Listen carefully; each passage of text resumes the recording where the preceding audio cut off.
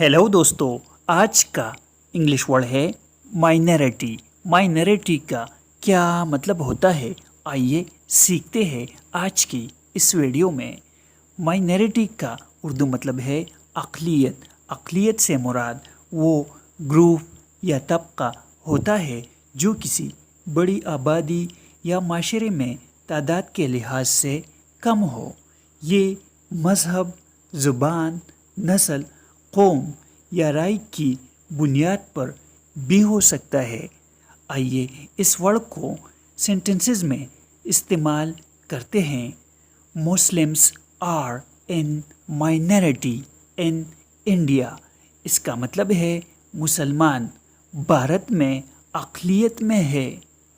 Protection of minority rights is important. अक़लियतों के हुकूक़ का तहफ़्फ़ुज़ ज़रूरी है।